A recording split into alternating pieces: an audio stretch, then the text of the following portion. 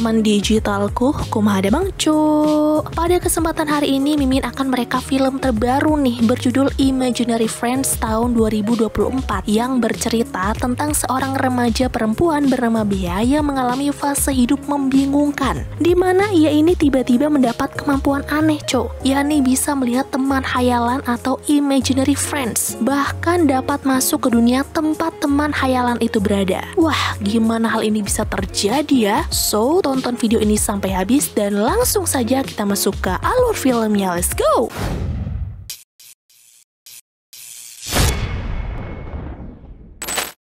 Pada suatu hari, ada keluarga harmonis yang sedang melakukan pesta kecil di dalam rumah. Keluarga kecil itu terdiri dari ayah yang penyayang bernama John, ibu bernama Bridge, dan keduanya mempunyai gadis cantik bernama Bea. Namun pada keesokan paginya selepas bersenang-senang, tidak disangka-sangka Bridge jatuh sakit dan harus menjalani rawat inap. Walaupun awalnya sepasang suami istri itu sudah berusaha keras agar Bea tidak khawatir, namun seiring berjalannya waktu, penyakit sang ibu semakin parah. Dan melihat situasi memburuk, akhirnya ayah menitipkan Bea kepada neneknya. Rencananya, John akan menitipkan Bea kepada neneknya itu dalam kurun waktu yang cukup lama. Hal ini karena dia tak mau melihat putri kesayangannya sedih jika kenyataannya ia harus kehilangan sang ibunda untuk selama-lamanya. Beberapa tahun kemudian, tidak terasa Bea pun kini tumbuh jadi remaja yang cantik. Suatu hari, ia pergi menuju ke tempat tinggalnya yang dulu bersama sang nenek. Namun kedatangan mereka justru membuat Bea sedih dan tertekan karena dia masih memikirkan ibunya.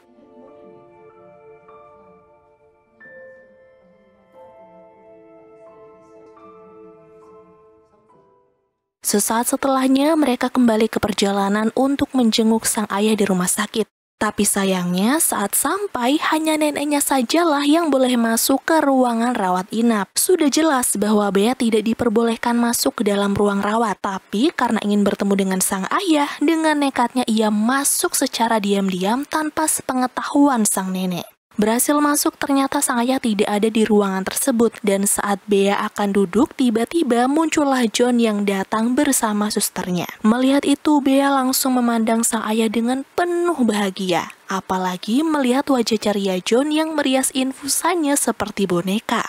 Bahagianya John ketika berjumpa dengan putrinya, dan setelah si suster pergi, John dan Bea langsung ngobrol dan melepas rindu karena sudah lama tidak bertemu. Dari obrolan mereka, sang ayah selalu berkata kepada putrinya bahwa kehidupan itu terkadang berjalan tidak sesuai apa yang kita harapkan. Hal ini disampaikan karena John tahu bahwa Bea sering sedih dan tidak bahagia. Maka dari itu John akan tetap meyakinkan putrinya kalau semuanya akan baik-baik saja.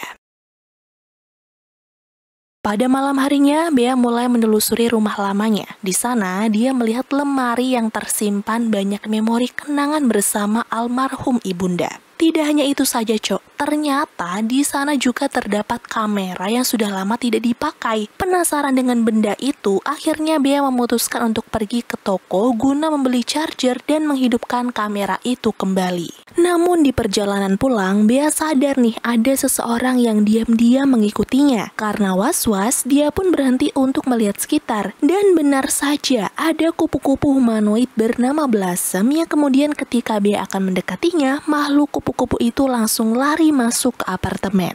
Melihat ada makhluk aneh yang masuk, Bea langsung mengejarnya sampai ke lantai atas. Namun karena pintunya sudah tertutup rapat, Bea berusaha mengintipnya dari lubang pintu. Tapi lagi asik-asiknya mengintip, tiba-tiba muncullah sosok pria dari balik lubang pintu tersebut hingga Bea sontak berteriak karena terkejut. Suara jeritan Bea pun membuat sang nenek terbangun dan langsung keluar dari kamarnya. Lalu mempergoki Bea belum tidur, dia langsung menegur Bea dan menyuruhnya untuk kembali ke kamar.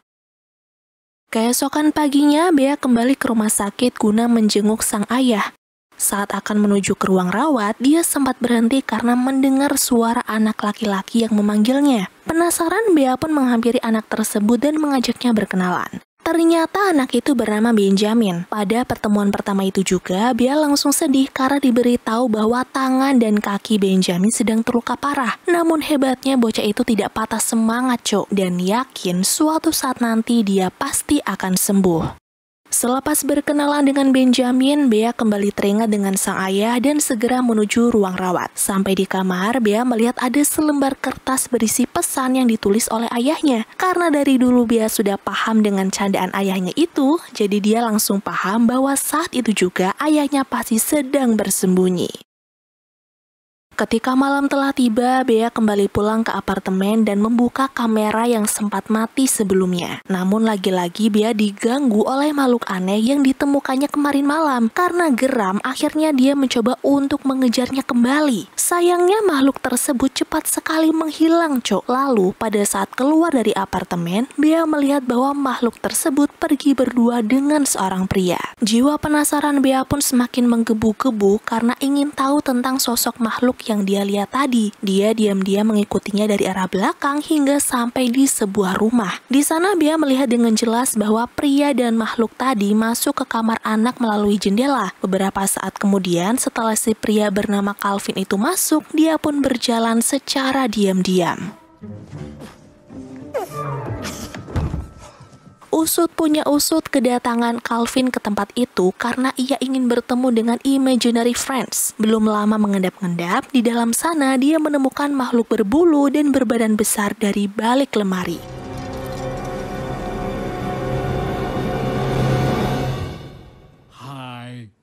Imaginary yang ditemukan Calvin itu bernama Blue, dan pada malam itu Calvin sedang membujuknya untuk pulang, tapi Blue menolak karena merasa mempunyai teman yang cocok, yaitu anak pilihannya ini. Di sini obrolan mereka sempat terhambat nih karena Blue bersin dengan suara yang cukup keras. Semua kejadian tersebut disaksikan Bea dari luar rumah. Tidak hanya itu saja, dia juga terkejut bisa melihat sosok Blue bertubuh besar yang akhirnya membuat Bea merasa ketakutan. Apalagi saat itu Bea juga melihat dengan jelas makhluk yang selalu mengikutinya. Tidak bisa menahan rasa takutnya itu, Bea jatuh pingsan ketika melihat makhluk kupu-kupu humanoid bernama Blossom. Lalu tanpa disadari, Bea terbangun dan kaget karena tiba-tiba berada di tempat yang asing. Walaupun asing, ruangan tersebut sangatlah nyaman. Bahkan Bea juga bisa mendengarkan musik-musik klasik dari sana. Saat Bea mulai menelusuri tempat itu, tiba-tiba muncullah Blue, makhluk berbulu ungu serta berbadan besar, lalu disusul oleh Blossom yang juga muncul menemui Bea di dalam kamar.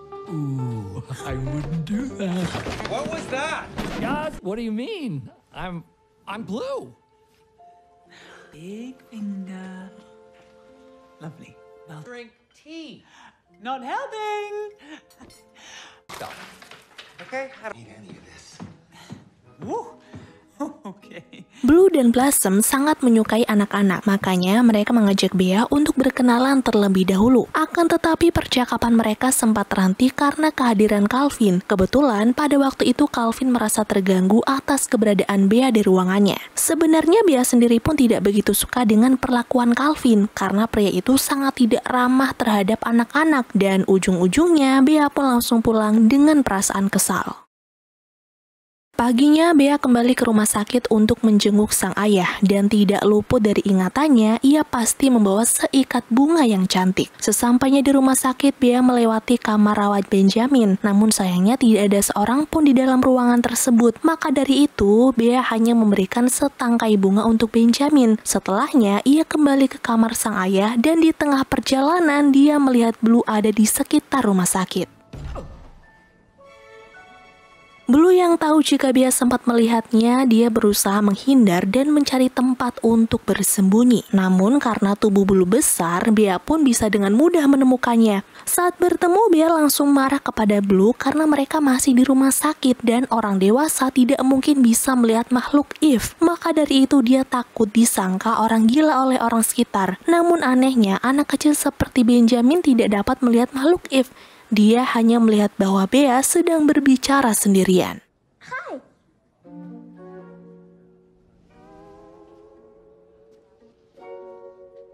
Who are you talking to? Setelah Bea memutuskan untuk keluar dari rumah sakit, Blue malah mengajaknya pergi ke rumah Calvin. Di rumah Calvin, Blue dan Bea diberi penjelasan tentang sejarah imaginary friends. Nah, di sana si Bea pun mulai paham nih mengapa Calvin agak teresep ke budak-budak letih. Ternyata, menurut pandangannya, anak-anak zaman now itu sudah hampir melupakan imaginary friends. Maka dari itu, Bea yang sudah paham akan hal ini langsung bersedia untuk menemukan anak-anak yang membutuhkan sosok imaginary friend. Mengenai ide yang akan dilakukan Bea, sebenarnya Calvin sempat ragu nih karena makhluk Eve tidak hanya Blossom dan Blue saja, melainkan masih banyak lagi. Namun melihat Bea yang begitu tulus untuk membantunya, Calvin pun kembali bersemangat dan mengajaknya pergi ke tempat hiburan. Ternyata tempat tersebut adalah hunian semua makhluk Eve berada, namun di sana terlihat sedikit seram karena sudah lama terbengkalai. Masuk ke tempat hiburan, Calvin membuka salah satu pintu dari sebuah wahana, dan ternyata di dalam sana terdapat ruangan bawah tanah yang menyerupai hotel mewah. Ketika Bea mengamati setiap ruangan yang dia lewati, dia melihat berbagai macam Eve yang berbeda-beda bentuknya. Sampai tidak terasa mereka tiba di taman yang indah yang mana terdapat makhluk Eve berbentuk beruang bernama Louis. Tujuan Calvin menemui Louis adalah untuk memberitahunya bahwa Bea bersedia membantu semua makhluk Eve. Setelah mempertemukan mereka berdua, Calvin pun segera kembali ke dunia nyata. Sementara Louis menjelaskan apa itu tempat imajinasi kepada Bea, tempat di mana semua makhluk Eve tinggal. Ada satu keunikan nih yang dimiliki dunia khayalan, yaitu tempat tersebut akan berubah sesuai keinginan kita dengan cara menggunakan imajinasi yang tinggi. Mendengar hal unik yang dikatakan oleh Louis membuat Bea penasaran dan langsung mencoba berkhayal. Namun, imajinasi Bea terlalu tinggi hingga membuat Calvin terus berlari. Alhasil yang tadinya Calvin akan kembali ke dunia nyata malah gagal dan dia terjebak dalam dunia khayalan bersama semua makhluk Eve di sana. Berkat imajinasi Bea, tempat tersebut pun menjadi jauh lebih indah dari sebelumnya. Dia dan semua makhluk itu juga menikmatinya dengan mengadakan sebuah pesta yang sangat menyenangkan.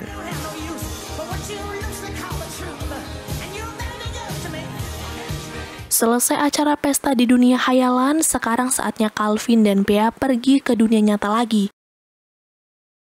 Keesokan harinya, Bea kembali menuju ke rumah sakit guna menjenguk sang ayah. Kali ini Bea membawa 2 ikat bunga karena dia berencana akan memberikan 1 ikatnya untuk Benjamin. Setelah sampai di kamar rawat, Bea memberikan seikat bunga itu sambil menawarkan imaginary friends. Dengan ini, dia berharap Benjamin akan luluh dan menerima tawarannya. Lalu, karena tawaran tersebut dianggap baik, akhirnya Benjamin pun menerimanya tanpa ada penolakan sama sekali.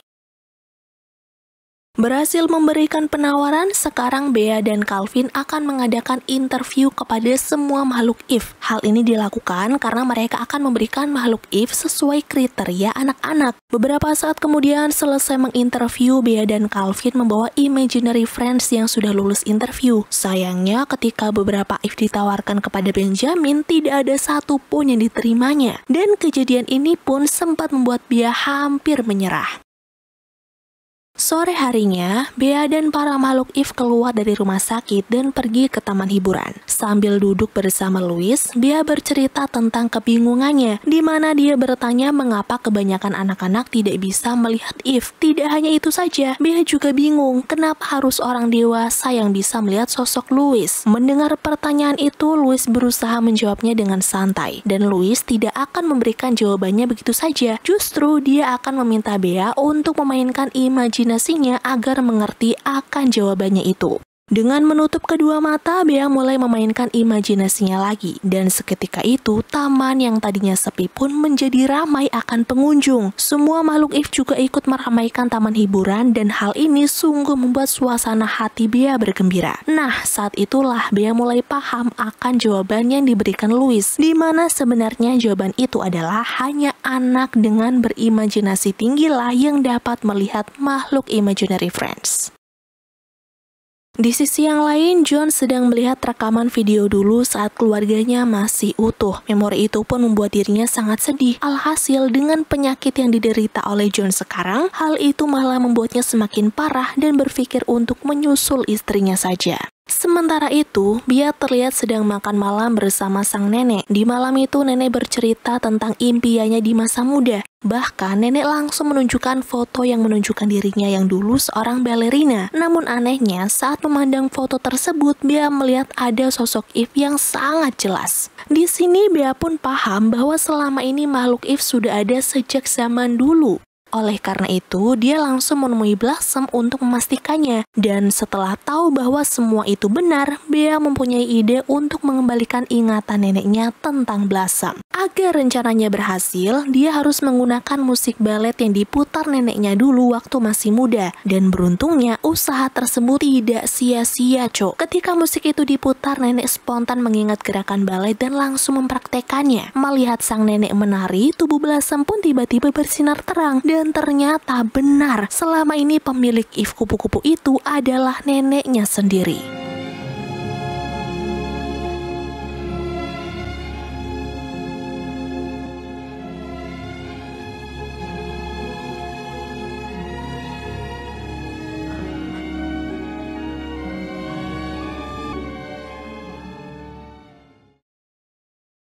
Keesokan harinya, ketika Bea terbangun dari tidurnya, ada sosok misterius datang dari arah jendela kamar. Ternyata dia adalah Eve mata-mata, dan tujuan dia menemui Bea adalah untuk meminta bantuan guna mengembalikan ingatan pemilik Blue. Walaupun akan terasa sulit dilakukan karena pasti orang tersebut kini telah tumbuh dewasa, Bea tetap menyetujui permintaan dari mata-mata Eve untuk mencari pemilik Blue. Bahkan Calvin pun ikut serta dalam pencarian ini.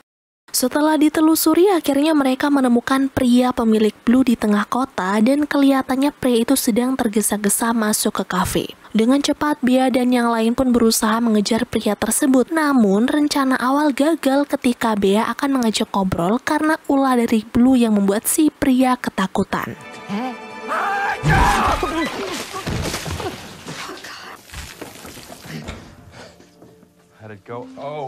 Tidak menyerah begitu saja, Bea dan yang lain menyusun strategi yang baru untuk menemukan pria itu. Beruntungnya, mereka mendapatkan kabar bahwa si pria sedang berada di kantornya dan akan presentasi pekerjaan. Oleh karena itu, langkah awal yang mereka lakukan adalah membuat si pria ingat akan masa lalunya bersama Blue dengan cara memberikan roti croissant.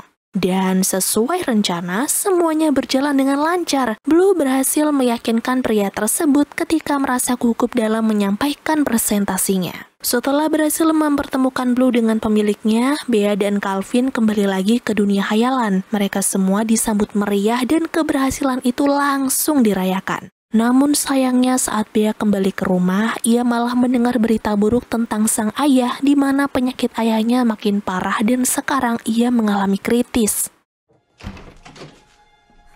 I can't do it. I need you to help me. Then don't.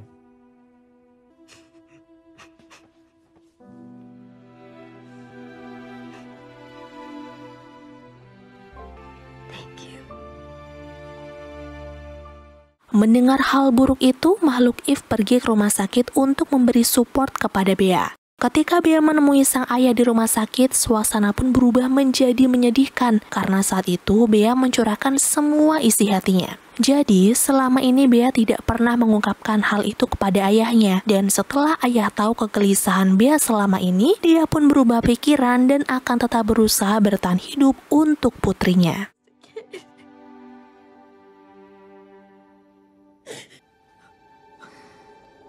What happens next? Mengetahui bahwa ayahnya kembali sehat, Bea langsung keluar kamar rawat dan memeluk sang nenek. Namun sayangnya semua makhluk sudah tak terlihat kembali. Untuk itu, sepulang dari rumah sakit, Bea pun langsung menghampiri kamar Calvin. Anehnya beberapa kali Bea sudah mengetuk pintu, Calvin tak kunjung membukakan pintunya. Beberapa saat kemudian, suara ketukan pintu itu pun membuat sang nenek terbangun dan Bea langsung menanyakan perihal kamar kosong tersebut. Nenek pun lalu membukakan pintu kamar yang ternyata kosong dan sudah lama tidak terpakai. Hal ini tentu saja membuat Bea terkejut karena tak melihat apapun di dalamnya, walaupun sebelumnya itu adalah tempat Calvin dan makhluk Eve berada. Di hari berikutnya, John membawa Bea pindah dari apartemen dan saat berkemas, tiba-tiba Bea menjatuhkan sebuah kotak. Dan ternyata isi di dalam kotak tersebut adalah semua mainannya semasa Bea masih kecil. Tidak hanya itu saja, dia juga menemukan lukisan keluarganya bersama dengan Calvin. Setelah mengetahui bahwa Calvin itu adalah Eve-nya sendiri, dia langsung sadar dan bergegas menuju ke kamar Calvin untuk melihat kembali wujud Eve miliknya.